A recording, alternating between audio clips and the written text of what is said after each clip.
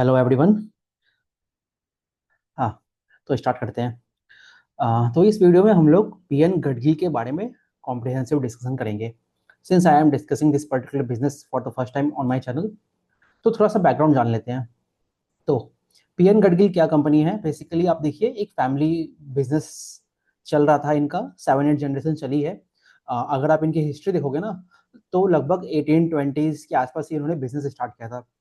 200 साल की इनकी हिस्ट्री है। कंपेयर करने के लिए आप इसको डीपी आभूषण के साथ देख सकते हो। डीपी आभूषण में आई थिंक थर्ड या fourth generation of Kataria family है जो उस पूरे बिजनेस को रन कर रही है सेंट्रल इंडिया में। वैसे ये आपकी महाराष्ट्र बेस्ड कंपनी है, ठीक है। महाराष्ट्र और गोवा में इनका डोमिनेंस है। महाराष्ट्र में अभी तो ये इनके सेकंड पे आते हैं। फर्स्ट पे ऑफकोर्स आपका टाइटन है। तो ये लोग अभी क्या कर रहे हैं, इनका आईपीओ लास्ट ईयर में आया था, और ये लोग अभी अपने आईपीओ के पैसे से महाराष्ट्र में भी एक्सपांड कर रहे हैं। और उस महाराष्ट्र के अलावा आपका एमपी हो गया, गुजरात में तो अभी तक नहीं गए हैं। तो बेसिकली मेनली आपका जो सेंट्रल इंडिया वाला बेल्ट है ना, वहाँ पे एक्सपांड करने की कोशिश कर रहे हैं। तो अगर आप और देखेंगे इस बिजनेस को समझने के पहले, तो जब इनका आईपीओ आया था तो पहले कई सारी गोल्ड कंपनीज आपकी ये B to B bullion sales वगैरह करती है, जो कि एक लो मार्जिन बिजनेस होता है। तो ये कंपनी भी वो वाली चीज कर रही थी। तो इस क्वार्टर के बाद मैं इसको क्यों डिस्कस कर रहा हूँ, क्योंकि अभी तक वो वाली जो चीज है वो खत्म हो चुकी है। तो अभी जब से मैं अब इस बिजनेस को देखूंगा, तो ये प्योर रिटेल बिजनेस हो गया है। ठीक है, ये चीज क्लियर है।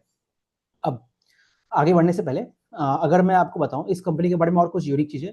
जनरली जो कंपनी है ना, आपकी जितनी भी शॉप्स, अगर आपको कोई रिटेल कंपनीज देख रहे हो, तो उसके ड्राइवर्स क्या होते हैं? बहुत सारे कंपनीज हम देखते हैं, उसमें एक तो आपको जो पुराने स्टोर्स है वहाँ पे सेमी स्टोर सेल्स ग्रोथ आना चाहिए, और एट द सेम टाइम आपको नए नए स्टोर्स खोलने पड़ेंगे ना, तभी तो आप ओवरऑल अपने टॉप लाइन को ड्राइव कर सकोगे, और बाकी आपको मार्जिन में भी उसके कारण इंप्रूवमेंट मिलेगा। तो ये कंपनी भी वैसा ही कुछ कर रही है। तो अगर आप लास्ट ईयर का इनका नवरात्रि देखोगे ना, तो इन्होंने लास्ट ईयर नवरात्रि में 9 दिन में 9 दुकानें खोली थी अपनी। सारी दुकानें महाराष्ट्र में ही खोला था इन्होंने। अगर आप इस साल में देखते हो, तो इन्होंने अपने 9 नवरात्रि के दिनों में 10 दुकानें खोली है। But contrary to that, last year इस साल इनके कुछ लाइफ स्टाइल के भी स्टोर्स खुले हैं। Now what is the difference between life style and PNG stores?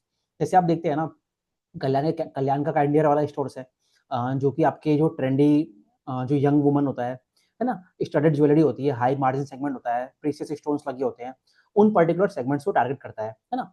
वो आपकी हाई मार्जिन प्रोडक्ट होता है ना। On a gross margin level उनमें आपको मार्जिन ज्यादा मिलता है।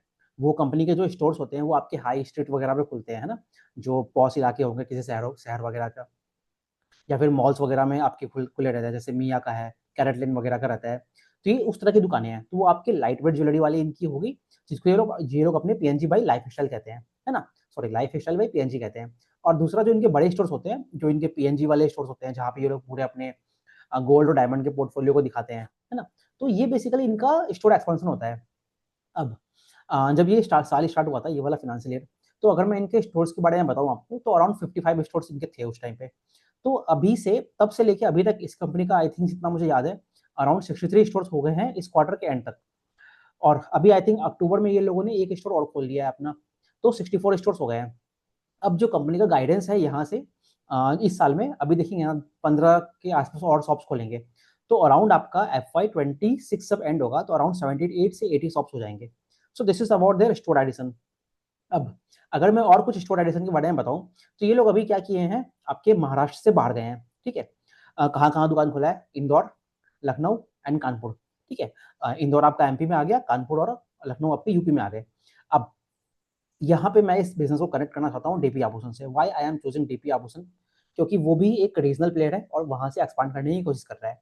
और दोनों के जो टिकट साइजेस वगैरह है, अगर आप कुछ क्वार्टर्स पहले देखोगे, और जो कन्वर्जन रेशियो होते हैं, मतलब फुटफॉल टू कन्वर्जन, मतलब कोई कस्टमर मेरे शॉप पे आ रहा है, कितना वो परचेज कर रहा है ना, दोनों का कंपेरेबल था, और दोनों के टिकट साइज वगैरह भी काफी अच्छे थे।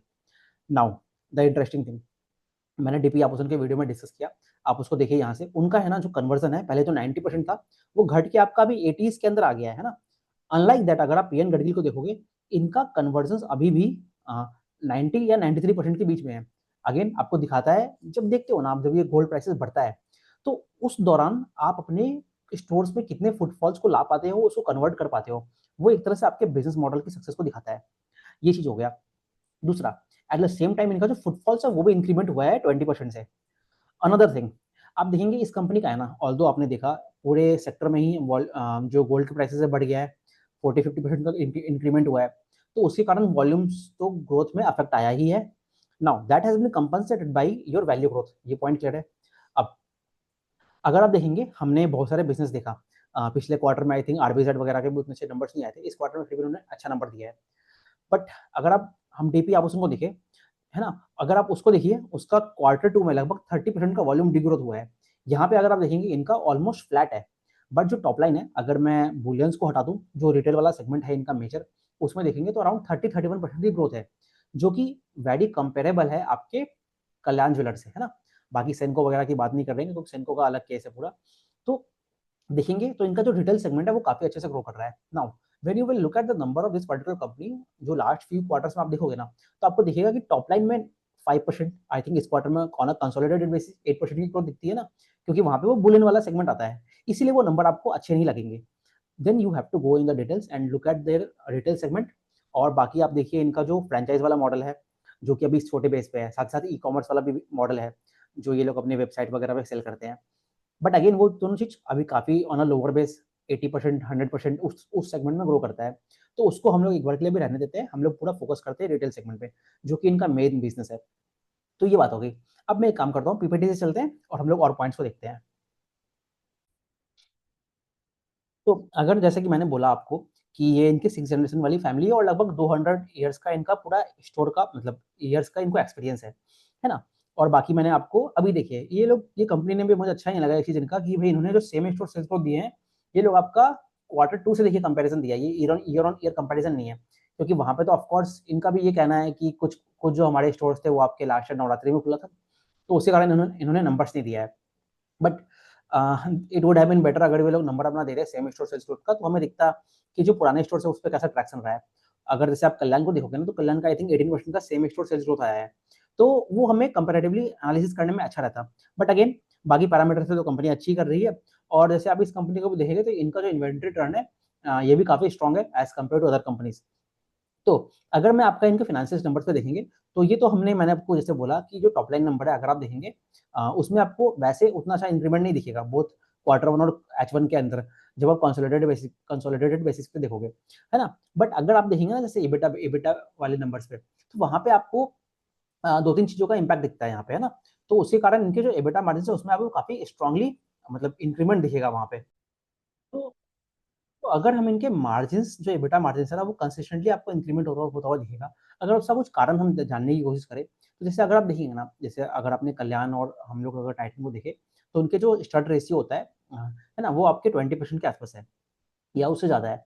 वहीं जब आप पीएन गडगिल को देखोगे या फिर किसी और छोटी कंपनीज को देखोगे ना, तो उनके स्टड रेशियो अभी उतने बड़े नहीं है, ठीक है। और दूसरा चीज़ क्या होता है, जब आपके गोल्ड प्राइसेस ज़्यादा होते हैं, तो वहाँ पे जो डायमंड में स्टडिंग वाली जो चीज़ होती है, उसकी डिमांड बढ़ जाती है। तो वही चीज़ देखेंगे ना, अगर अगर आप इस कंपनी को देखोगे, तो इनका जो स्टड रेशियो अभी बढ़ के वो 9% हो गया है। जब वो बढ़ता है, तो आपके ओवरऑल आपके मार्जिन इंप्रूव होते हैं, तो उसी कारण आपकी पूरी प्रॉफिटेबिलिटी में इम्पैक्ट दिखता है। अब अगर मैं आपको बोलूँ, इनका जो मतलब पूरा डायमंड सेल्स को बढ़ाने का जो टारगेट है, अभी ये लोग आने वाले 2 या 3 साल में अपनी जो स्टार्ट रेशियो है ना, उसको बढ़ा के आपके 12 से 13% करेंगे, ठीक है। तो अगर अभी आप इनका जो कंसोलिडेटेड, अगर आप इनके मार्जिन प्रोफाइल को देखोगे ना, तो ऑन एबिटा लेवल्स इनके कितने आते हैं, आई थिंक 8-9% के बीच में आता है। और पैट लेवल पे भी लगभग 3-4% के बीच में आता है, जो कि एक सिमिलर रेंज में आता है जैसे कल्याण का है। तो देखना पड़ेगा कि आगे जाके इनके जो मार्जिन प्रोफाइल होता है वो कैसा रहता है। बाकी कल्याण में उनका कोको स्टोर मतलब फोको मॉडल पे जा रहे हैं, तो उसके कारण भी मार्जिन का थोड़ा इशू रहता है। तो that is a different thing. तो वो चीज़ है। अभी इसके अलावा इन्होंने क्या किया है, अगर अपने डायमंड वाले सेगमेंट में देखेंगे, तो ये जो पोल्की और कुंदन कहते हैं, वो बेसिकली डायमंड की स्टडिंग होती है उन प्रोडक्ट्स में, तो उनको प्रमोट कर रहे हैं अपने स्टोर्स पे। तो ये इस तरह से ये लोग आगे बढ़ने की बात कर रहे हैं। ओके। अब अगर हम लोग थोड़ा सा कुछ अगर इनके आउटलुक वगैरह के बारे में बात करें ना, जैसे अभी देखेंगे आप लोग, ये अक्टूबर मंथ कैसा देख रहे हैं लोग, तो उसमें देखेंगे तो कंपनी कहता है कि जो फेस्टिव्स है, नवरात्रि तो पहले आ गई थी, तो वहाँ पे इनको काफी स्ट्रॉन्ग मोमेंटम दिखा था क्वार्टर टू के अंदर, क्योंकि लास्ट ईयर तो कस्टम ड्यूटी का इम्पैक्ट था, है ना। तो उसके कारण थोड़ा तो डिप था पहले वाली चीज में, क्योंकि ऑन अ हायर बेस था। बट सिंस नवरात्रि शिफ्ट हो गया आपकी क्वार्टर टू के अंदर, तो इसीलिए आपका जो ओवरऑल क्वार्टर टू था उसका नंबर्स में आपको वो वाला इम्पैक्ट नहीं दिखा है, ठीक है। और कंपनी कहती है कि उसके बाद भी जो अक्टूबर मंथ होता है, थोड़ा-सा जब फेस्टिव अब देखोगे ना, जैसे फेस्टिव आ गया, दीपावली, दशहरा हो गया, तो लोगों ने तो परचेजेस कर ली अपनी, तो उसके बाद थोड़ा-सा पीरियड, थोड़ा-सा लल पीरियड होता है। बट अगेन उसके बाद जब आपकी जो ये होती है, वेडिंग्स वगैरह स्टार्ट हो जाएँगे ना, पूरी लगन सीजन स्टार्ट हो जाता है, तो वहाँ से जो अगेन टेलविड्स होते हैं पूरे ज्वेलरी सेक्टर के लिए, वो पूरा आपका कंटीन्यूअस चलता रहेगा जनवरी जनवरी तक, क्वार्टर 3 और क्वार्टर 4 तक। तो इसीलिए जो ओवरऑल सेक्टर है आपका H2 हेवी होता है और H2 में स्ट्रॉन्ग रहता है। तो ये चीज़ कह रहे हैं ये लोग। और अगर मैं इसके अलावा कुछ अगर आपसे बात करूँ, और अगर जैसे आप अगर इनकी हेजिंग पॉलिसी के बारे में देखोगे ना, तो हेजिंग पॉलिसी के बारे में भी मुझे आपको एक्सप्लेन करना है अगर, तो बहुत अच्छा एग्जांपल आपके लिए डीपी आभूषण ही हो जाएगा, क्योंकि दोनों ही कंपनी छोटी थी। और जो दोनों दोनों के स्टोर्स हैं आप देखेंगे वो ये आपका डीपी आभूषण है, उसका 10 या 12 स्टोर्स हैं। वहीं अगर आप देखोगे आज के डेट में जो पीएन गढ़गिल है, इसका अराउंड 64 स्टोर्स हो गए हैं नेट, है ना? तो ऑल्दो डिफरेंस है, बट आज के डेट में जब आप देखोगे ना पीएन गढ़गिल को, ये अपना 100% जो इन्वेंटरी है उसको हेज करता है ना? एमसीएक्स वगैरह पे इनके हेज रहते हैं कॉन्ट्रैक्ट्स वगैरह के रूप में। तो आप देखेंगे तो इनको जो करंट मतलब गोल्ड फ्लक्चुएशंस होती है वहाँ से कुछ इम्पैक्ट नहीं आता है ना? और कुछ इंटरेस्टिंग क्वेश्चन इनसे पूछे गए थे कि जब ये लोग गूगल पे सर्च करते हैं तो कुछ पीएनजी सन्स नाम की कंपनी दिखाई जाती है, और कुछ ये लोग अपने ऐप्स वगैरह पे भी काम कर रहे हैं। तो but that is not important. और अगर आप उसके अलावा देखोगे ना, सिंस अभी अभी अभी तो ये लोग पूरे बाहर एक्सपांड कर गया है ना, महाराष्ट्र के बाहर। तो आप सोचिए जब आप एक नए ज्योग्राफी में जाओगे, महाराष्ट्र में तो आपका ब्रांड काफ़ी स्ट्रॉन्ग है ना? क्योंकि आप 190 मतलब 200 स्टोर से वहाँ पे हो। लेकिन जब आप दूसरे जगह में जाओगे तो सिंस आपकी तो ब्रांड वहाँ पे अननोन है, तो जाके वहाँ पे आपको एडवर्टाइज़मेंट करना पड़ेगा, आपको सर्विस करने पड़ेंगे, कैम्पेन्स करना पड़ेगा, कुछ हो सकता है डिस्काउंट्स भी देना पड़ेगा, है ना? तो ये सारी चीज़ें करनी पड़ेगी। तो अब देखिए, if you can recall DP आभूषण का भी इंदौर में एक स्टोर है। आपने अगर नोट किया उस वीडियो में तो डीपी आभूषण का इंदौर वाले स्टोर्स में पूरी जो रेवेन्यू है वो फेल की है, मतलब घटी है। तो देखा जाए तो हालाँकि ऑल्दो वो तो नया स्टोर है, मतलब पुराना ही स्टोर है उनका, तो वहाँ पे आपको दिखेगा कि उनका जो परफॉर्मेंस है उस स्टोर में घट रहा है।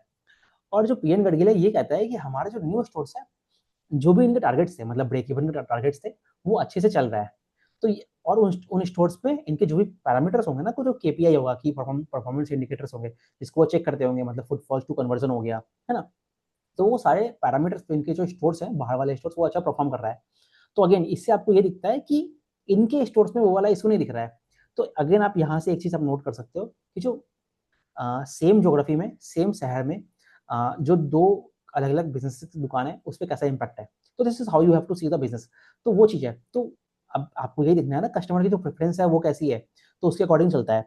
तो ये चीज़ हो गई हेजिंग वगैरह के बारे में। और इनके जो ग्रॉस मार्जिन्स को अगर आप देखोगे ना इस क्वार्टर में, तो उसमें स्लाइट डिप दिखा है। वो कुछ इनका इन्वेंटरी वगैरह के कारण हुआ है, और आगे जाके जो कंपनीज़ है ना, और एबिटा मार्जिन्स में भी थोड़ा-सा डिप दिखा है इनका। तो वो कंपनी इसलिए कहती है क्योंकि इनके जो एडवर्टाइज़मेंट वगैरह कॉस्ट होंगे ना, नई जगह पे जाओगे आप, तो एडवर्टाइज़मेंट कॉस्ट अ, भी देना पड़ेगा ना आपको, तो इसलिए थोड़े-से वहाँ पे भी कॉस्ट आते हैं इनके। ओके, ये चीज़ हो गई।